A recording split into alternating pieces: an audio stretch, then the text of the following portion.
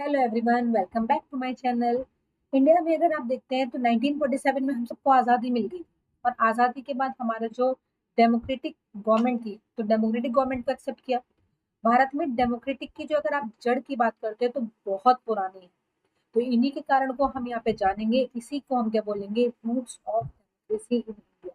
तो आज का हमारा जो टॉपिक है वो रूट्स के बारे में पढ़ेंगे कि इंडिया की जो डेमोक्रेटिक है, जो आज हम देख रहे हैं कि हमारा जो देश है बहुत बड़ा डेमोक्रेटिक कंट्री है, इसके पीछे कौन कौन से रीजन हमें देखने के लिए मिल जाते हैं। तो अगर हम बात करें तो इंडिया की लॉन्ग हिस्ट्री रही है डेमोक्रेटिक, ठीक है, और कब से रही है, मतलब long long before the rise of modern democracy world wide. अगर हम आज जो देखते हुए आ रहे हैं तो वर्ल्ड वाइड ये बहुत ही ज्यादा फेमस रही है। अर्ली ट्रेडिशन से लेके एक तरीके से फाउंडेशन मिला है हमें, आइडियाज मिले हमें लोगों के पार्टिसिपेशन से, कंसल्टेशन से, एंड कलेक्टिव डिसीजन मेकिंग भी देखने के लिए मिले। अगर हम बहुत पहले की बात करते हैं तो वहाँ पे लोगों का पार्टिसिपेशन भी हुआ करता था, लोग एक दूसरे को कंसल्ट भी करते थे एंड कलेक्टिवली मिलकर डिसीजन भी ले लेते हैं। और यही चीजें क्या हुआ जिसकी वजह से हमें आज प्रेजेंट डे एक शेप मिली है डेमोक्रेटिक कंट्री के लिए। वैदिक सोसाइटीज की अगर बात करते हैं तो वैदिक सोसाइटी में भी देखेंगे, वहाँ पे भी उस टाइम पे भी क्या हुआ करती थी, जो भी बातें हुआ करती थी या जो भी चीजें उन्हें डिसीजन लेने होते होते कैसे होते थे, वो कंसल्टेटिव फीचर्स में रहते थे। It was not democratic in the modern sense, हम इसको डेमोक्रेटिक नहीं बोल सकते मॉडर्न सेंस में, बट दे बिलीव, वो बिलीव करते थे कि जो भी डिसीजन लिए जाए उन सबको शेयर किया जाए और लोगों का एक्टिव पार्टिसिपेशन भी हो। इंस्टीट्यूशन बात करेंगे, जैसे आप लोगों ने पंचायत सुनी होगी, ठीक है, क्लैंस में, या समिति देखी होगी, जहाँ पे अर्ली डेमोक्रेटिक बॉडीज की अगर बात करी जाए तो वहाँ पे भी अगर आप देखते हैं तो पावर जो होती है वो कहाँ होती है, लोगों के हाथ में आपको देखने के लिए मिलती है। एंड ऑथोरिटी, ऑथोरिटी मीन्स क्या होता है, ऑथोरिटी मीन्स आपका पावर होता है, वॉज नॉट सेंट्रलाइज्ड। सेंट्रलाइज मतलब होता है कि जहाँ पे एक हाथ में नहीं होती, यानी एक कंट्रोल में नहीं होती। एंड नॉट हेरिडिटरी, ना ही ऐसा होता है कि जो जनरेशन टू जनरेशन चलता हुआ, यानी एक राजा है तो उसकी आगे वाले जनरेशन ही राजा बनेगी, उसकी नेक्स्ट जनरेशन भी राजा ही बनेगी। But was based on government by participation. ये किस पे बेस्ड थी, ये बेस्ड थी किसकी, गवर्नमेंट के पार्टिसिपेशन के बेसिस पे देखने के लिए मिलती थी। Brotherhood of mankind express through the principle. अच्छा, आप लोगों ने एक प्रिंसिपल अभी सुना होगा लेटेस्ट, वासुदेव कुटुंबकम। अब इसका मीनिंग क्या है, world, the world is one family, यानी जो पूरा वर्ल्ड है उसको हम क्या देखेंगे, एक फैमिली के तौर पे देखेंगे। एंड हम एक मॉरल फाउंडेशन बनाएंगे जो आर्यन डेमोक्रेसी में हमें देखने के लिए मिली थी। देन ड्यूरिंग द वैदिक पीरियड पे अगर हम बात करें तो जो भी असेंबलीज हुआ करती थी, कोई सभा हुआ करती थी, कोई समिति हुआ करती थी, तो इसमें बहुत इंपॉर्टेंट रोल प्ले किया है गवर्नेंस के अंदर। अभी जो बॉडीज थी वो क्या करती थी, डिस्कस करती थी, जो भी पब्लिक के मैटर्स हुआ करते थे, एडवाइस लेती थी, राजा से एडवाइस भी ले रही है कि रूलर्स वगैरह है उनका क्या कहना है, but did not enjoy absolute power. लेकिन कभी भी उनको एक एब्सोल्यूट पावर नहीं बनाया गया था कि उन्हीं की चलेगी। जो एक्सपेक्टेड हुआ करता था वो लोगों के कंसर्न से ही चीजें हुआ करती थी। तो बिटवीन 600 बीसी एंड अगर 400 बीसी की बात करें तो बहुत बड़े बड़े लार्ज किंगडम्स आए हैं, रिपब्लिक, जिनको हम महाजनपद, आप लोगों ने अगर पढ़ा होगा कि 16 महाजनपद हमारे हुआ करते थे जो अमर्ज हुए थे नॉर्दर्न इंडिया के अंदर। तो इसमें से कुछ आप देखोगे जैसे वचीज है, ठीक है, तो इन्होंने भी रिपब्लिशन सिस्टम गवर्नमेंट का एक्सेप्ट किया था। और कुछ ऐसे स्टेट रूलर्स थे जो हेरिडिटरी नहीं हुआ करते थे, but were chosen through election. ये क्या करा करते थे, थ्रू आपके इलेक्शन जो हुआ करते थे उनको थ्रू चूज करा करते थे। और गवर्नमेंट किसके बेस पे हुआ करते थे, कलेक्टिव डिसीजन, यानी जो भी डिसीजन होंगे वो कैसे होंगे, आपके कलेक्टिवली डिसीजन लिए जाएंगे विद डिस्कशन और डिबेट। यही बहुत ज्यादा इंपॉर्टेंट रोल प्ले करती थी। एंड द नेक्स्ट चीज अगर हम बात करें वर्जी कॉन्फिडेंसी, कॉन्फिडेंसी आपका पूरा एक, आप नेशन स्टेट की बात कर सकते हो कि पूरा का पूरा एक आपका स्टेट हुआ करता था। स्पेशली डेमोक्रेटिक ट्रेडिशन माना जाता था। बुद्धिस्ट, बुद्धिस्ट के बारे में आप लोगों ने सुना होगा, उनका भी एक टेक्स्ट था जहाँ पे महापरिनिर्वाण की बात करते हैं। महापरिनिर्वाण एक सूत्र हुआ करता था जिसका डिस्क्राइब भी देखने के लिए मिलता है वर्चीज में, as well as organise Republic.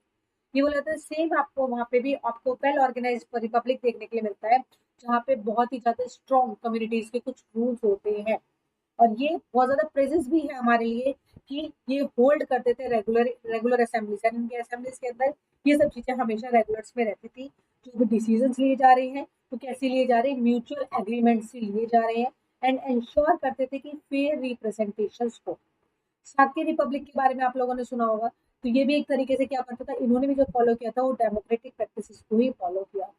Shakya clan जो हुआ करते थे उस टाइम पे, जो राजा वगैरह हुआ करते, ये जो इलेक्ट हुए थे वो भी क्या कहते थे, जितने भी असेंबली में एल्डर्स लोग हुआ करते थे वही लोगों को डिसाइड कराते, वही डिसाइड करते थे कि क्या डिसीजन लेने हैं, किस तरीके से आपको पूरा काम करना है।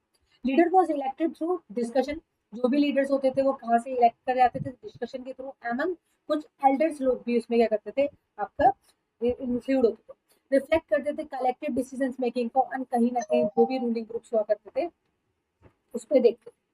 अब नेक्स्ट आता है, अगर हम लोगों ने पंचायत के बारे में सुना होगा, ठीक है, पंचायत सिस्टम क्या होता है, पंचायत सिस्टम में भी अगर आप लोगों ने सुना होगा इसके बारे में, तो मॉडर्न इंडिया डेमोक्रेसी में देखा जाए तो ये भी जो ओरिजिन है वो थाउजेंड ऑफ ईयर्स है, मतलब बहुत हजारों साल पहले से पंचायती सिस्टम भी चलता है। वर्ड पंचायत कहाँ से आया है, पंच, पंच मतलब क्या होता है, जहाँ पे 5 लोग मिलते हैं, यानी मीनिंग 5। इसमें क्या होता है, जो एक काउंसिल ग्रुप होता है उसमें 5 रेस्पेक्टेड एल्डर्स लोग होते हैं, और जिनको कौन चूज करता है, जो कम्युनिटी या कि वहाँ पे जो भी आपकी गांव होता है, जो विलेजेस होते हैं, वहाँ पे आपकी जो भी कम्युनिटी होती है वो उन 5 मेंबर्स को चूज करते हैं। The system was democratic in nature, ये जो सिस्टम होता है वो कैसे हुआ करता था, नेचर से डेमोक्रेटिक हुआ करता था। मेंबर्स जो इलेक्ट हुआ करते थे, सिलेक्ट कर जाते थे, वो लोगों के द्वारा सिलेक्ट होते थे, and were responsible to that, वो भी उसी चीज के लिए क्या होते, रेस्पॉन्सिबल होते थे। पंचायत भी बहुत इंपॉर्टेंट रोल प्ले करती है एक विलेज लाइफ में, अगर देखा जाए, ठीक है, जो भी डिसीजन लेने हैं उन्हीं के बेसिस पे होते थे, कोई डिस्प्यूट्स हो जाते थे वो भी उनको सेटल कराते थे, कोई उनको अगर जस्टिस में डिलीवर कराना था तो ये चीज भी वही कराते, एंड सारी चीजें मैनेज भी कराते थे, जो भी उनके डेली अफेयर्स में कम्युनिटी में कोई प्रॉब्लम वगैरह आती थी, तो कोई भी चीज उनको डिस्कस करना होता था, ये चीज भी वही 5 मेंबर्स होती थी। जैसे आपको पिक्चर दिखा रखी है village panchayat, ancient institution of governance के रिगार्डिंग की 5 पंच हुआ करते थे, उसमें से मेन हेड हो जाता है जिनको हम सरपंच बोलते थे, ये सब मिलकर डिसीजन लेते थे। लोकल लेवल पे अगर बात करें हम, तो विलेज काउंसिल्स हुआ करती हैं, विलेज काउंसिल्स को पंचायत बोला जाता है, जो सारे के सारे एडमिनिस्ट्रेशन को मैनेज करते हैं, जस्टिस देखते हैं कि कोई चीज के साथ कुछ गलत ना हो, और लोगों के वेलफेयर के लिए भी काम करते थे। तो ये जो सिस्टम था वो एनकरेज करता था पीपल के पार्टिसिपेशन को, इसमें लोग का पार्टिसिपेशन होता था, and the decentralisation, decentralisation means होता है जहाँ पे पावर्स को डिवाइड करा जाता है, सेंट्रलाइजेशन होता है जहाँ पे पावर एक हाथ में होती है, पर डिसेंट्रलाइजेशन मतलब जहाँ पे आपकी पावर्स को डिवाइड कर दिया जाता है और काफी लोगों के हाथ में होती है, और वो उन चीजों को क्या करते हैं, डील करते हैं। जैसे एक फैमिली में आप बोलोगे कि फैमिली में 5 मेंबर्स हैं, 5 मेंबर्स को बोल देंगे कि आप ये काम करोगे, आप ये काम करो, उस काम को डिस्ट्रीब्यूट कर दिया गया है, तो इट्स कॉल्ड डिसेंट्रलाइजेशन, पावर्स को डिवाइड करते हैं, which remains an important features of Indian democracy even today। ये भी एक important features रहा है इंडियन डेमोक्रेसी में आज भी, अगर हम देखते हैं। अगर गुप्ता एम्पायर के बारे में भी आप लोगों ने सुना होगा, गुप्ता एम्पायर भी जो डिस्क्राइब करता है golden age of India, India जो इंडिया का गोल्डन एज इसको माना जाता था, तो इस टाइम पे भी देखा गया था कि बहुत सारी जो प्रोग्रेस हुई थी कहाँ पे, आर्ट्स में, साइंस के अंदर, लिटरेचर में, एज वेल एज आप देखोगे कि बहुत सारे आइडियाज भी जो थे वो रिलेट करे गए, ठीक है, उस टाइम पे गवर्नेंस और पब्लिक लाइफ से लेके।